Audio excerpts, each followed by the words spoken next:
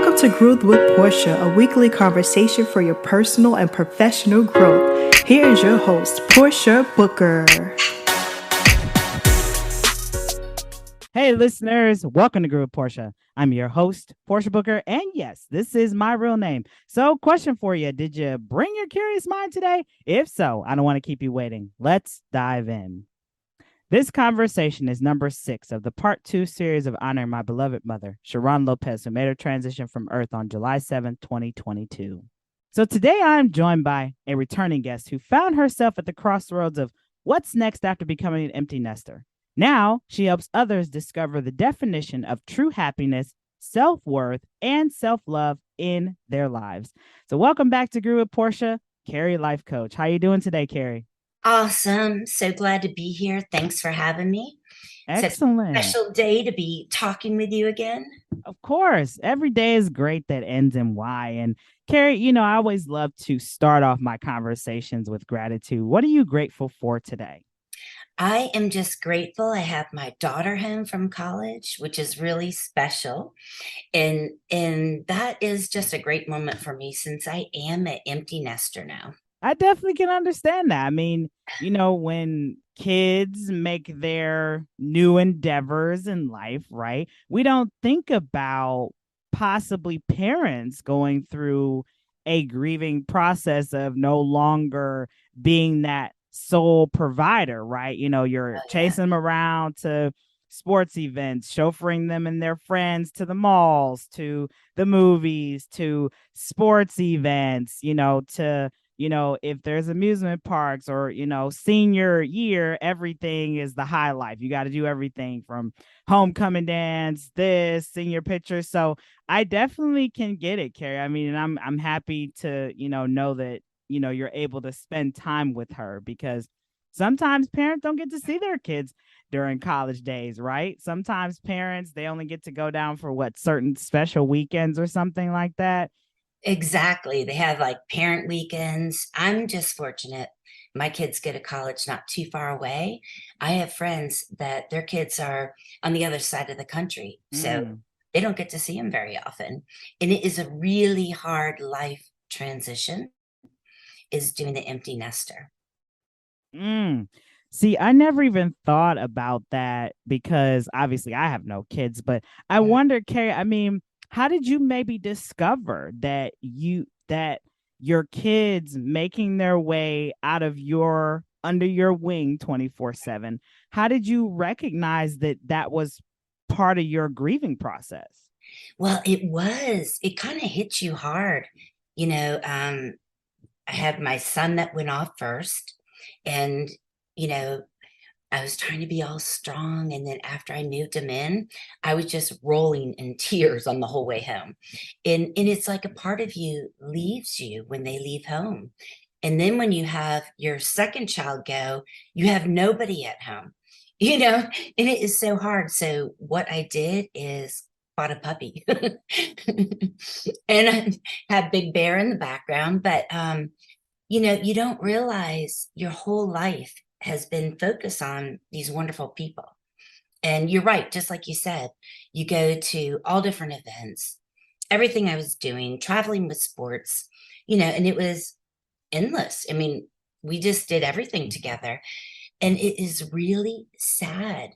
It is a empty feeling. It is grief. I'm glad you brought that up because I don't think people realize how much you grieve when your children go off. It's like my whole life has been focused on them. And now, who am I? What am I doing?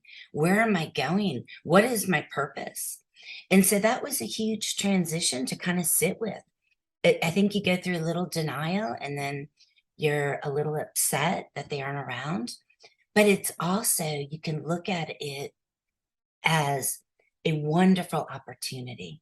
And that's kind of after I went through a little grieving and really lonely and feeling, down because they weren't around, I was like, no, I'm going to start focusing on me. And I know this sounds really funny, but I had to have a reminder. I even made a sign, YOU, just to, put it by my computer so I know to go back, focus on me. What do I want? What makes me happy? What is this stage of life going to give me? And I wasn't going to hold back. And that's what kind of got me into diving in deeper of what always made me happy when I was a VP in sales in corporate America, was really helping others find their happiness or getting what they want out of life. And that was my big driving force of what I wanted to do. And Carrie, I love how you brought that up about having that reminder for yourself. YOU. Yeah. And it's like when you were saying just now about all the things that you and your kids were doing, from all the sports to all the trips, all the endless amounts of activity, right? Mhm. Then all of a sudden it comes to an abrupt halt. It is. It is just like that. I mean, you're kind of like, who am I? And the house is quiet. And in my house was never quiet. My friends, kids would always have, all their friends were welcome here. We had noise, we did things, we played games, swam in the pool. And so learning how to live in silence is a huge shock, but I appreciate it greatly now. I really enjoy my silence now when they're all back and I have way too many kids here. I'm like, oh my goodness, where's my quiet household? But it is, it's just a huge transition, and focusing on me is really what helped me get out of this grieving process and really understanding self-love, right? And diving into it. And I know we've mentioned it before, the meaning of self-love, but I think it's important to reiterate it because our society kind of washes it down like, you're selfish and, oh my gosh, she just loves herself so much, that type. But if you look it up in the English Oxford Dictionary, self-love means regards to one's well-being and happiness. That's all it means. And everybody should have that. And we aren't taught to have self-love because we think it's kind of a taboo or strange or, oh God, that sounds weird. But when you really think about it, we all should be focusing on our happiness, right? And if we aren't focusing on our health and our self-care, it takes us where we could slip into depression. We could slip into anger. We could be into not realizing what's going on in life and enjoying the moment. Or we could slip into regretting the past or worrying about the future too much. So self-love to me brings me to the present. Focus on what we can do now, what we can do today to make our life better and make ourselves truly happy inside. Carrie, one of the things you said when you mentioned again the definition of self-love, it's preservation of one's own well-being. Exactly. And I think we've taken the approach in our society to be self-involved in everything else. We are detached from ourselves, but connected to everything else. I mean, social media. Look at social media. We're all globally connected because of social media. And then, of course, with COVID made it where more engagements and interactions like me and you are over Zoom, different things like that. That has really created a wealth of connectivity. But where is the line drawn, right? We're so connected to so many things that are depleting us to the point that we lose ourselves, right? Like you said it. So much.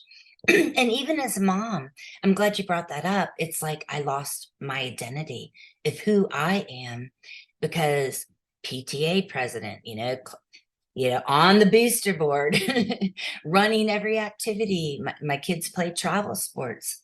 So that was, 6 days a week. And you're so right. We get connected so much to the outside, but where are we connected to inside and who we really are? And that's where I think having that self-awareness is so important because it helps us grow. It helps us set up boundaries. Boundaries are so important for a healthy life. it teaches us to say no.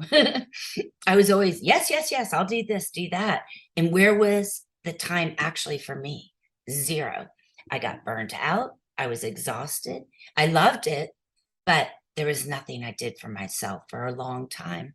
And so I think being, and learning what is important to us is really, takes us down the path of true happiness. Oh, I definitely agree, Kerry, hands down. And I think one of the things you said is so profound that you lost you. I did. You took on the role and identity of mom 24/7, 365. But there was a part of you, there was Kerry before becoming mom. There was the Kerry who had dreams, goals, aspirations, visions, and those things got buried once you became a full-time mom and run into this sports event, Doing everything. take, Yes. if there's an accident, going to the emergency room, all the things. And so, Kerry, for our listeners who are tuning in, how can we go about not losing ourselves when we take on a new life transition, right? Because, like you said, people don't think about grief coming from stemming from being an empty nester. But obviously, for you, that was the catalyst for you to really step into your calling of being a life coach. Oh, it was. And so, Kerry, for our listeners, maybe there's some other parents who are recently empty nesters, and maybe they're finding themselves in that boat of grief. And so, Kerry, how can they and maybe other people in the future find a way or recognize when they're losing themselves and find a way to bring themselves back home while still being parent and all the other roles they occupy? I love that you asked that. I think a lot of times when we go through a transition, we can experience grief. And grief to me can happen anytime you lose something you value. Okay. And so no matter what transition in life, it's what we're faced with. And I think awareness, a lot of times with my clients, I like to use the word aware. What are you aware of? Are you getting stressed? What are your feelings? What happens to your body? Okay. A lot of times people aren't aware, so they can't answer that question right away. But if you're getting triggered or, you're getting stressed, unmotivated, what is happening to your body? Going back to that is, are you getting tense? Are you not sleeping? Are you getting stomach issues? And listening to our body first, but it will take you to what is triggering in your mind and what are real thoughts, not what are worries. Okay. We get into these, our brain, everyone thinks that what you think is true, and our brain creates so many thoughts that have nothing to value or truth. And then we jump on that, right? So it's really listen to your body, be aware of your thoughts. Okay. And are your thoughts true? And some people are like, oh yeah, yeah, yeah, they're true. And I'm like, wait, let's step back. Is it really true? Is it a fact? And when I say, is it a fact? If I ask you if it's raining out and it's raining, everybody would say, yes, it's raining. That's a fact. So really, are your thoughts based on a fact, or is it based on a worry? Because worries aren't facts a lot of times, okay? It can be a concern if somebody has health, but a lot of times we create so much worrying in our minds that it's not healthy for us. It takes us down different ways. So what's going on in your body? What's going on in your thoughts? And being aware of what's truly happening is really the start of getting you where you want to go. Okay. And then once you start being aware of what's happening, what are your passions? What are things you dream of? Are you taking care of yourself? When we lose ourself, one of the first things to go, I think, is self-care, right? And is your self-care going bad? That's usually a first sign. Are you not drinking water? Are you not eating right? What about exercise, sleep? Are you going to your yearly doctor's appointments? In a lot of those questions, if you aren't doing, then there's stuff that's going on. Working on self-care can help you get into, I look at self-love as kind of an umbrella, right? We got self-care under that. You have self-awareness, your environment you live in. Is it healthy? Is it not healthy? You can make changes. And then you have self-compassion. How are you talking to yourself? Right? Is that we've talked about your inner critic coming out before. Is that inner critic popping out and beating you up? Right? And so these are all steps to take to get on and focus on you. And so having that you sign is really everyone's different and everyone needs to focus on different things. But what's important for you? What do you need? Let's ask people questions. What do you need to be happy in your life? How are you going to get there to be happy? What are your obstacles? What's holding you back? And what is your why? Why are you passionate about something? The more we ask ourselves, and the more, I'm going to keep going back to the word aware, but the more we're aware, the more we have an understanding and clarity in life of what we need to be happy. Because it's really what you need. It's not what others need in your life. It's not what they need. It's what you actually need. Okay. We have to worry about ourselves first instead of, me, I was very guilty as a mom of always, are they happy? Are they happy? Is he happy? You know what I mean? Just, is everybody else happy? But I never once asked myself, am I happy? And I was always very happy being a mom, that I treasured. But was I doing things to make me happy internally? There's a difference, right? On my outside, I loved it and I was happy and energetic, but I was really neglecting my inside. And I could have been even happier if I was focusing on my inside along with everybody else. Are you following me on that? Wow. Am Getting a I little happy? deep there. Am I happy? That is definitely a deep question that I think many of us struggle with answering honestly. But on that note, we're going to take a quick break right here on Groove Portia. Everybody, stick with us. We will be right back.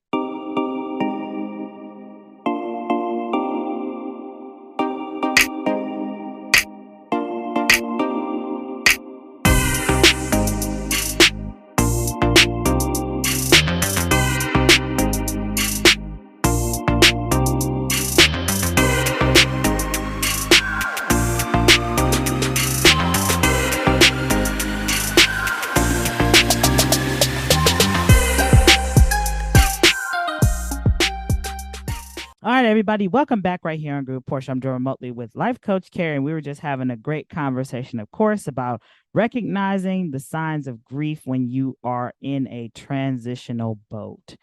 Kerry, I want to go back to something you mentioned. You kept mentioning the word aware, and I have to dive on that because you mentioned about awareness, noticing how your body responds, right? How your thoughts, right? Your thoughts influence your actions, and not every thought is going to be true because look at the facts. Facts are not worries. And so, Kerry, for you, what would you say was the first sign of your awareness when you recognized I'm grieving that my kids are in college? I think it goes kind of in, there's 5 stages of grief, right? And I'm going to pull in the stages of grief because in hard transitions of life, we go through that. And you go through kind of in a denial stage first. My kids aren't home, but it's kind of hard to accept, right? And it's like, oh my gosh, they aren't home. Well, they'll be home next weekend. Or I'm going to go see them. So that's kind of a denial of accepting they aren't here. And I think the awareness is being aware of, going back to feelings, but kind of the feelings of grief, right? And kind of getting to, there's 5 stages of grief, but kind of getting to the acceptance so I can be aware of what I need to do to make me happy in life at this new phase. So I went through a little bit of denial, and in that was sad, lonely, avoiding thinking about it, because sometimes when you avoid, you aren't allowing yourself to be aware, right? And so I think we all do that a lot. We avoid it, that, oh, well, I'm just not going to think about it. What can I do? Get myself distracted. And then there's a time that you get a little angry. And anger for me isn't like what people would think of, I'm so mad and that. Anger for me in that kind of phase was a little sadness. I expressed my anger that they weren't here anymore in sadness, in fear, in a little bit of, I hit confusion, right? Of what am I going to do with my life now? Now, before they went off, I was, I always did life coaching as in volunteer and doing different things for quite some time, but I knew this was my passion. So I had a very good way of diving in, getting my certification to go further. But that stage of sadness probably lasted a while for me, because, I did everything with my daughter and my son, especially my daughter, because she was one-on-one 2 years with me. My son was off to college already. And so we did everything. We ate together, we went out, we'd laugh, we watched movies late, we would be laughing so hard we're crying.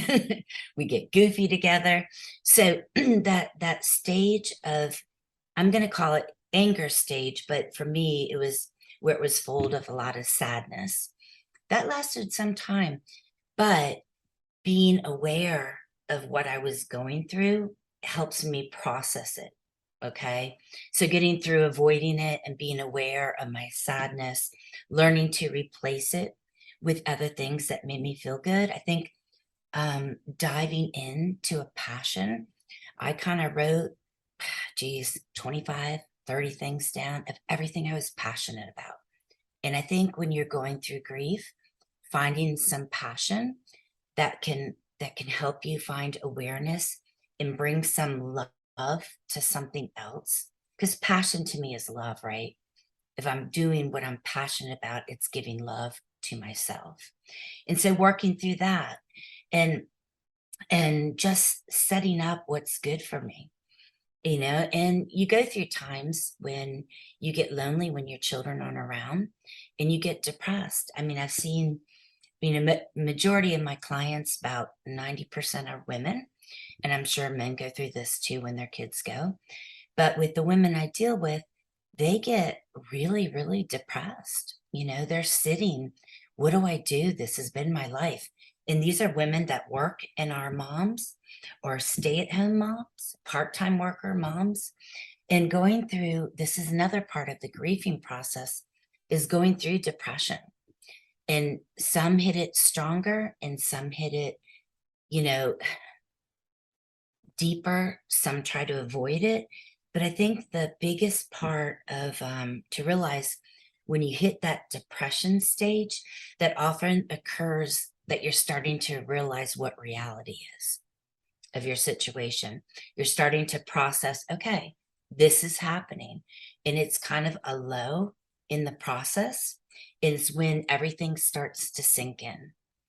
And this is okay. It's part of the healing. It's part of the journey.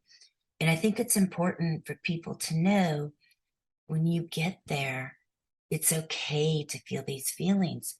And even more importantly, you have to feel these feelings. If you don't, you're going to avoid it, you're going to bury it, and you're going to struggle for a very, very long time. I think one thing that's important for people to understand, and this is really hard to grasp, but pain isn't our enemy, okay? Pain is our body, our mind, everything inside us saying we need to deal with these feelings, right? And what struggle is for me, struggle is somebody that is avoiding pain. You struggle because you haven't dealt with those feelings. You haven't processed. You haven't gone through it. That's what struggling is. But when we can accept pain isn't our enemy, I think it helps us process through it. And we have to process through it. And it's okay to feel pain. It's terrible, believe me. It's not a fun feeling, and it absolutely stinks. And there's probably other words other people would like to call it, but I'm not going to say it on air. But we have to deal with it.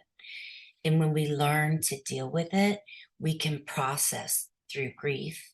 Okay. And grief also is something that's okay. And it's something, believe it or not, when you get hit with such hurt and such loss, it's something that's healthy to be able to process through. It's going to get you to the other side, to where you want to get to, which is acceptance. And it doesn't mean once you get to an acceptance, it doesn't mean at all that you aren't going to feel pain again, okay? You can have a memory that's going to come up. Or I can be in my daughter's room and I see a picture of us and I'm like, oh God, I love that moment. And I miss her that moment, but I'm not in grief. There's a difference, excuse me, where I'm missing her, and a difference of when I'm in grieving, and really going through the process of depression and everything else. So where I'm going with this, to being aware is such an important word for us. Being aware of where you're at in grieving, being aware of what your feelings are. All of that is really, to me, the key to true happiness. Being aware gets you to what you do and want in life, and understanding internally of what's going to make you happy. Happiness doesn't come from outside, okay? Somebody drives up in a fancy car and they give it to you. Okay, you're going to be fat, maybe happy, really happy that moment. That's instant gratification. You'll be happy maybe for a while, but it's going to dissipate. True happiness is only internal. That's the only place in my mind you get true happiness. Everything else is temporary. Ooh, hands down, hands down. I mean, you're right. Material things only bring a temporary fix. It's a Exactly. Band-Aid approach. It is. And Instant gratification. That's what it gives you. oh yeah, and instant gratification is like when you win an instant lottery scratch off. You're Oh, shocked, yeah. like, oh my God, yay, I won, $2,000.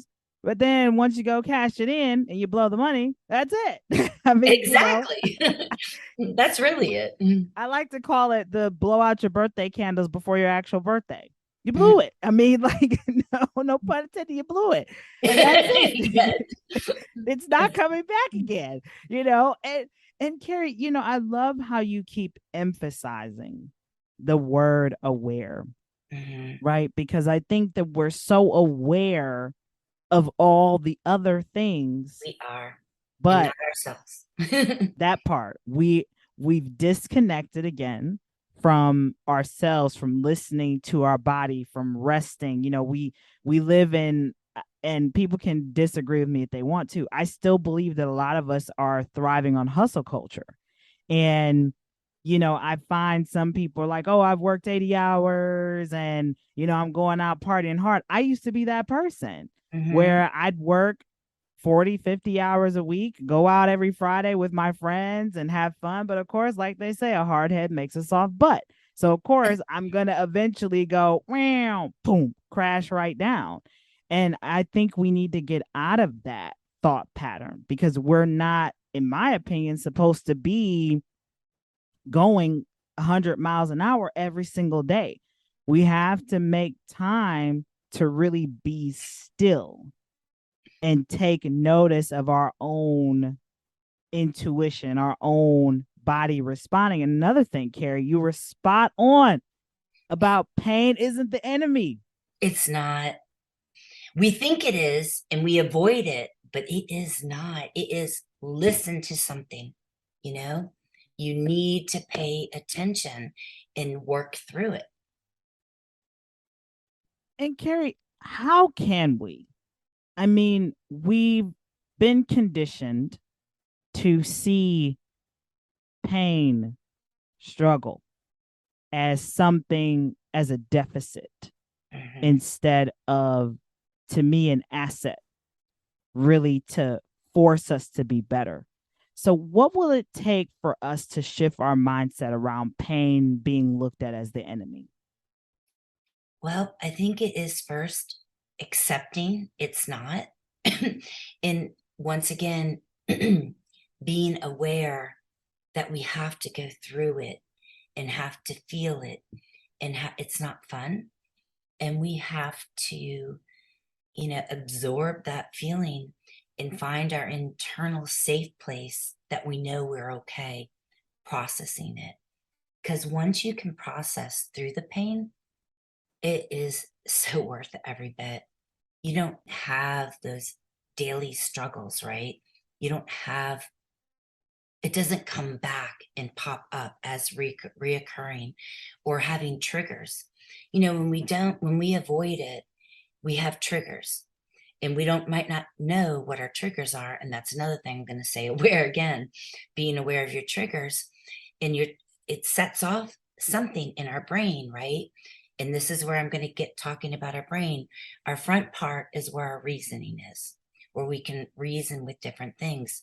When we have a trigger that sets off our fear, that amygdala, which is a tiny part of our brain, and if it's always being triggered, grows and grows. And so your triggers go off and you start, you could have PTSD, go into the fight, flight, freeze mode, and you don't even know why you're doing it. And that comes back to what you're just saying, is that if we learn to deal with our pain, not our enemy, right, we can get over our triggers. And I have clients that, in their 50s, that have been avoiding pain since they were 5 years old, right? And avoiding pain because that's the enemy. We don't think of it, that's the enemy, but that's kind of what we're taught: avoid, block, annoy. That they have triggers so frequently, and they never knew why it was happening because they weren't aware, and teaching them to be aware what happens with your body first, be aware what the triggers are. Once the triggers, what's going on in your mind? Are those true thoughts? Are they made up? Are they irrational fear thoughts? So going back to this is all, when we process our pain, we get over it. And it doesn't mean we're not going to have a bad day. Doesn't mean we're not going to have something that could still trigger us, but we get through it easier. And setting it lasting a lifetime or decades, you can get through it, maybe an hour, maybe 2 days, but you get through it. Yes, learning to convert your pain into a process. So we're going to take another quick break right here on Group Portia. Everybody stick with us. We will be right back.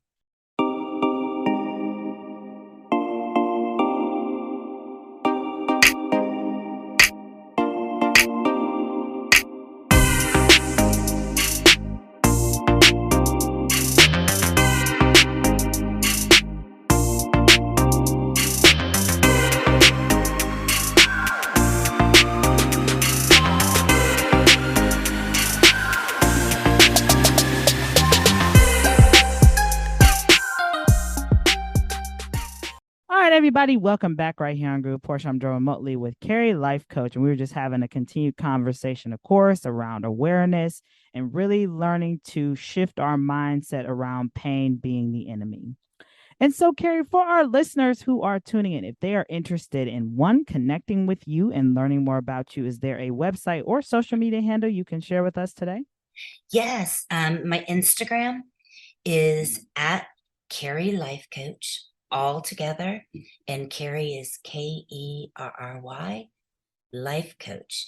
And I do have a website, which would be my full name, www.kerryrosenberger, RASENBERGER.com. Excellent, excellent. Thanks for sharing that with us, Kerry. So definitely people can connect with you and obviously pick your brain and learn more about how they can really go through this process and recognize when they're falling into that boat of grief, whether it's from, like you said, becoming an empty nester like you, or obviously, I've dedicated this whole series in honor of my mom. And I knew that it stemmed a bigger conversation, because I recognize even within myself that I wanted to do things differently with the grief process, but I didn't know how. I didn't want to fall into, like you said, that boat of processing the pain through unproductive, or what I would call in hindsight almost self-harming activities, whether it's addiction, becoming a workaholic, whatever. I knew I wanted to do things differently. So that's why I kind of did this series. And you really just hit the nail on the head around that, Kerry. That a lot of us, we look at this transition as a trial, but really, if you learn how to shift your mindset around, okay, this door of my life has closed, but other ones have opened up. Really, it's definitely a way for us, in my opinion, to really come back to ourselves, to really prioritize, again, self-love, self-care. But I think in our society, we've created a veil of illusion where two parallels in life can't exist at the same time.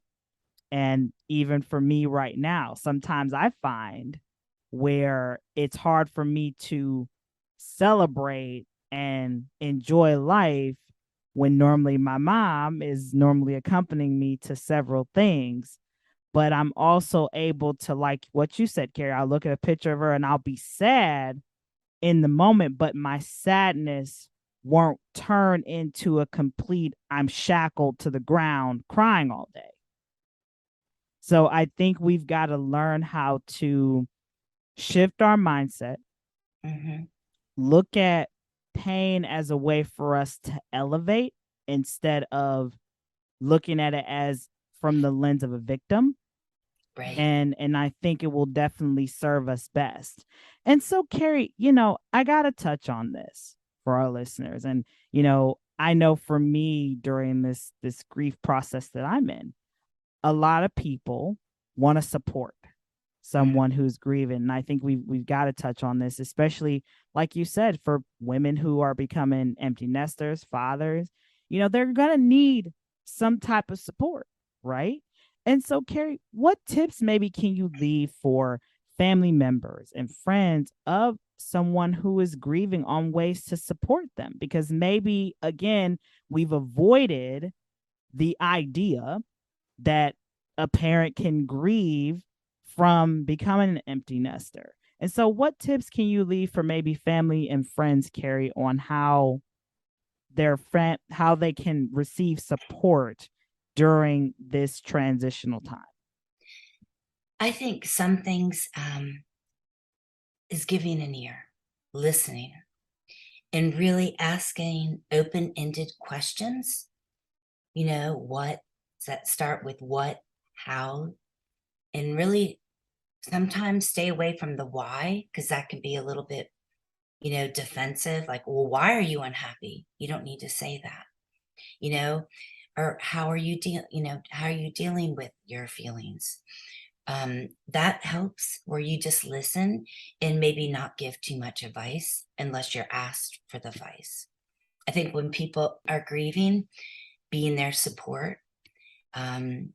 If somebody isn't getting out of the house, see if they want to go get a cup of coffee, go for a walk.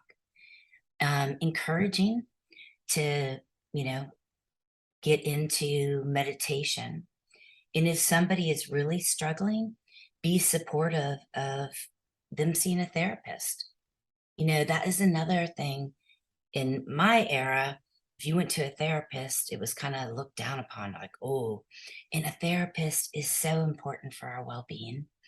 And if somebody wants to see it, One, and they do open up that they're going to be supportive and tell them that you're proud of them, and also be understanding. Let them know, I understand it's hard, but don't go on too much because they're the ones that need to talk. There's a fine line. There's a fine line where you aren't going on and giving advice and doing that where it is totally not right for them. So that you need to know. Less is better, I might want to say, is a way to look at it. But the loving support you can give them, or even drop them off like a little plant if they love plants, or drop them off a little card of why they're important to you. Little acts of gestures of gifts, not big gifts, but something thoughtful would make them feel great. Would you want to add anything to it? Oh yeah, I can definitely add a ton. Uh-huh. I love one what you mentioned about continuously interjecting Mm-hmm. your own personal story. Because I can say for me, that has somewhat been the struggle that I've had with some people, whether it's family friends who knew my mom or some close family members. You know, they want to be helpful by sharing their side, but right now I'm not trying to be rude, but I can't take on that right now. It's too much. Yeah, I cannot take on all of your emotions, all of your feelings when I was her kid. Mm-hmm. And so I had someone pull the age card with me one time where they said, well, I've been with them for, I mean, I'm 30. This person said more than 40 something years. And I said, but what difference does that make? I'm her kid. I've been with her all her life. She's been with me all my life. You guys, yeah, you guys have known each other that long, but it's not like you were sitting in her face all day. And I don't think she wants you to. So again, it's like you said, less is more. And I know for me, it's nice to receive like a little card in the mail sometimes. Like that does happen still on occasion for me. Or even sometimes somebody will text me out of the blue and say, hey, I was thinking of you. If you want to like hang out sometimes. And sometimes people will invite me because sometimes it's hard.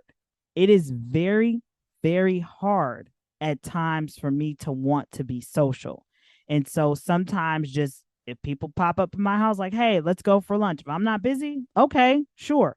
Even taking that extra step, because a lot of times you get so bogged down and feel so heavy from the grief that you're not able to really open up to being social. You're not able to really open up outside of your own thoughts of missing that person. So you kind of need what I call the earthquake effect to occur, whether it's that random friend who makes you laugh at silly cat videos on TikTok or whatever. Sometimes you need that. And then another thing I'll add, even for people who are grieving, what helps me is every day I make it a point to leave my house for an hour.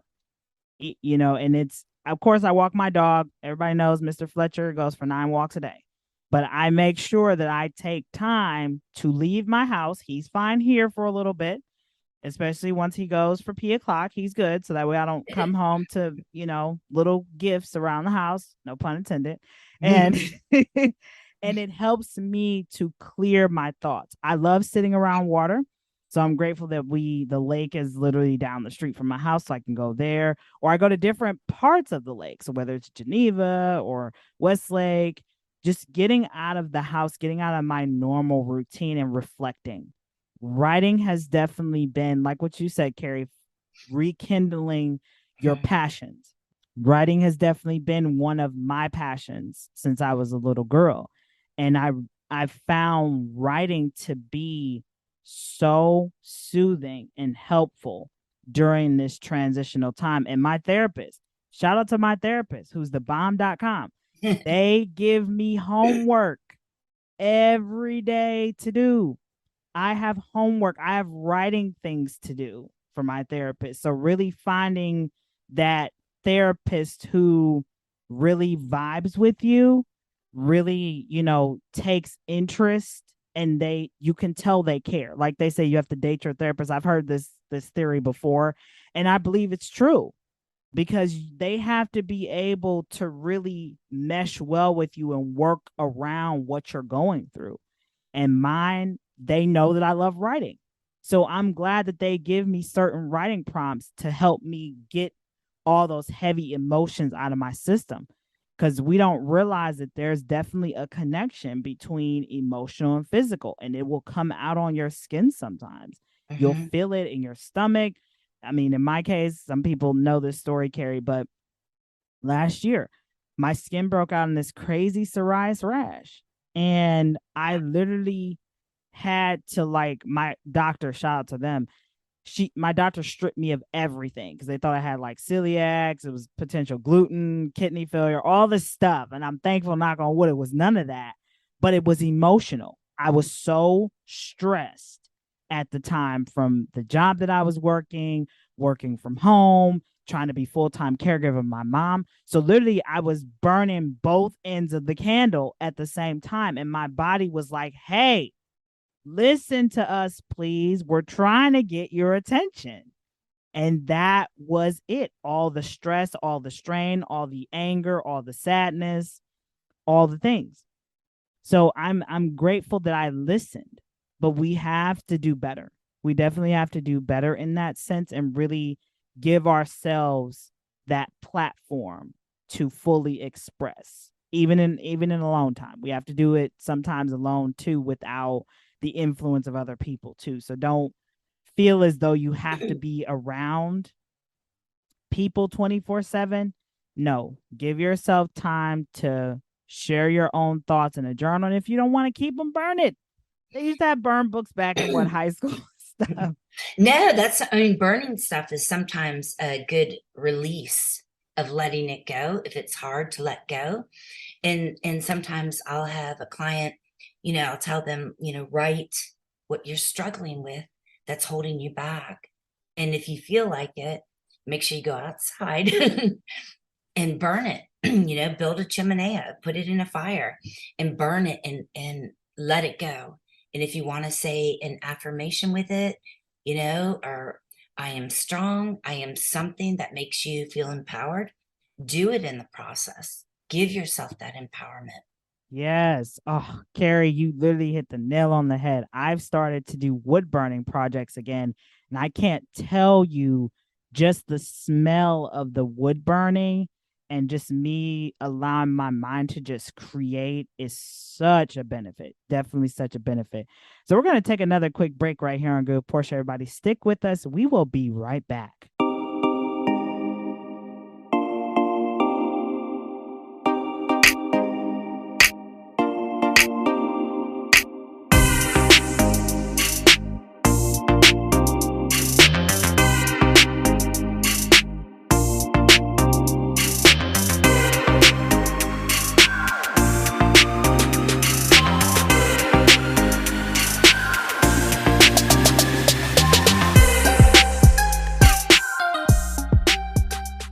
All right, everybody, welcome back right here on Good Portia.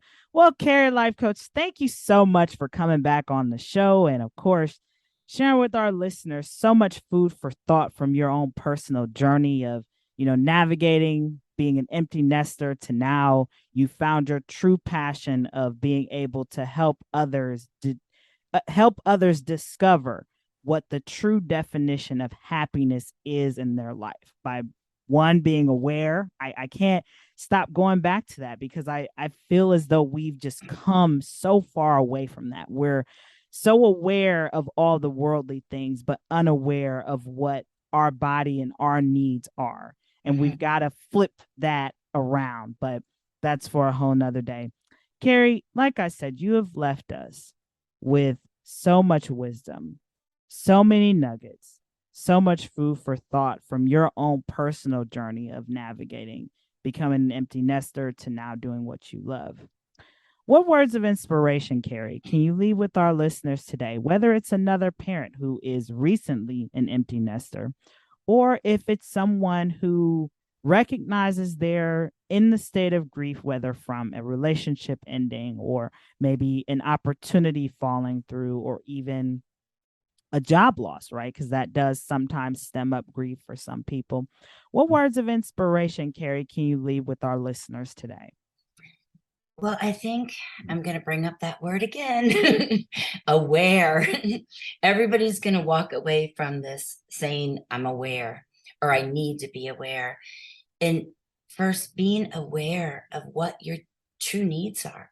What are your values? What are your beliefs? And also, don't ever let your age think that you can't do anything. It doesn't matter how old you are in life. Listen, I'm in my 50s and started a business. I have now about 81,000 followers on Instagram. Who would have ever thought that, so don't hold back. You can achieve anything. But you need to get your awareness and you need to find yourself first. And once you find yourself, and you have that, you can achieve anything you set your mind on. I am such a believer of that, and you can do it. Just don't give up and don't let, that inner critic come in and say you can't, because I know you can. Kerry, don't even go there about the inner critic. I was don't gonna even go there about my inner critic. For those of you who don't know, my inner critic's name is Rump Roast, and my inner critic loves to what I call pull the yo-yo effect, where Rump Roast loves to say, oh, nobody loves you today. Nobody's listening to you. Nobody cares what you have to say. And you have to, again, Kerry, you hit the nail on the head about being aware and recognizing fact over worry. Right. And I have to literally tell Rump Roast, nope, not hearing you today. I see you, but I'm ignoring you. I literally go in kind of what I call my soundproof room, where I'm like, my headphones are coming on. I see you just talking away like like the silent movies where you can mute. It's like mute button, hit it going. Yeah. Yep. I love how you named it, though, because that is one of the first things to do. And you take the power back yourself, and you taking the power back, it can't control you. You have control over it now. And what is it telling you? What is that feeling? So I love that. I love that you brought that up. Yeah, you have to. And I think it's the same with, like you said, pain isn't your enemy. It's the same concept where if you're ignoring it, it's almost as though the carpet effect where you're sweeping everything under the rug and then you're going to trip over it and it's going to hurt even worse, especially if you trip, you fall on a nail, then you're going to the ER, then you got to get tetanus shots, all this other stuff. You have to think of the trickle down effect of really. I know I just gave like a whole big story, but it's true. We've seen this happen. Oh, you're so funny. I mean, I'm just being honest though. We have to think of what all the possibilities that can occur from us burying our pain, from us avoiding the big issue, right? We have to learn to take a more warrior approach instead of fawn. Because I think a lot of times, and Kerry, you can probably attest to this too, being an adult, we've reached this level of thought pattern where, oh, well, I'm an adult, I'm supposed to know everything, all this stuff. But that's not the case. I think we need to go back to having that student for life approach with everything that we do, especially when we're going through grief. I think that's almost the perfect time because you're sitting with yourself, your emotions, your thoughts. And now you're at the crossroads of this door is closed. All these other doors have opened. What door do I take? What direction should I go? And so now that you're in that boat, in that seat where the opportunities are right there, the choice is yours. The ball is in your court. You can either continue to be a victim of your circumstance of, oh, woe is me. Oh, this person's gone. This opportunity's gone. My kids have graduated from high school and are off to their new endeavors, and I'm still stuck here. You can continue to be a victim of that stuckness or find a way to be victorious of that situation by coming back home to yourself. And that's what to me has been the transitional boat currently in my life from my mom's transition. I've found that for me, truthfully, and this is going to sound terrible, but my mom's transition truly is for my transformation. Because I would have continued to be her caregiver for forever. But we serve, a loving God who knows what's best for us. And sometimes that removal of one thing can be the rejuvenation and blessing that you needed in your life. And so for our listeners who are tuning in, let that sink in for a minute. As much as we want things to stay, we talk about how we want change, but change doesn't happen until something stops. A door has to close in order for the wind of change to be able to come in. So look at it from that angle and adopt again the student for life approach to every single event, person, place, or thing within your life. And it'll definitely be a game changer for you. Well, everybody, I didn't mean to go on a whole monologue, but that's okay. Well, everybody, that was Kerry Life Coach that you heard from. And that concludes another episode of Group Portia, everybody. Thanks for listening and have a good evening.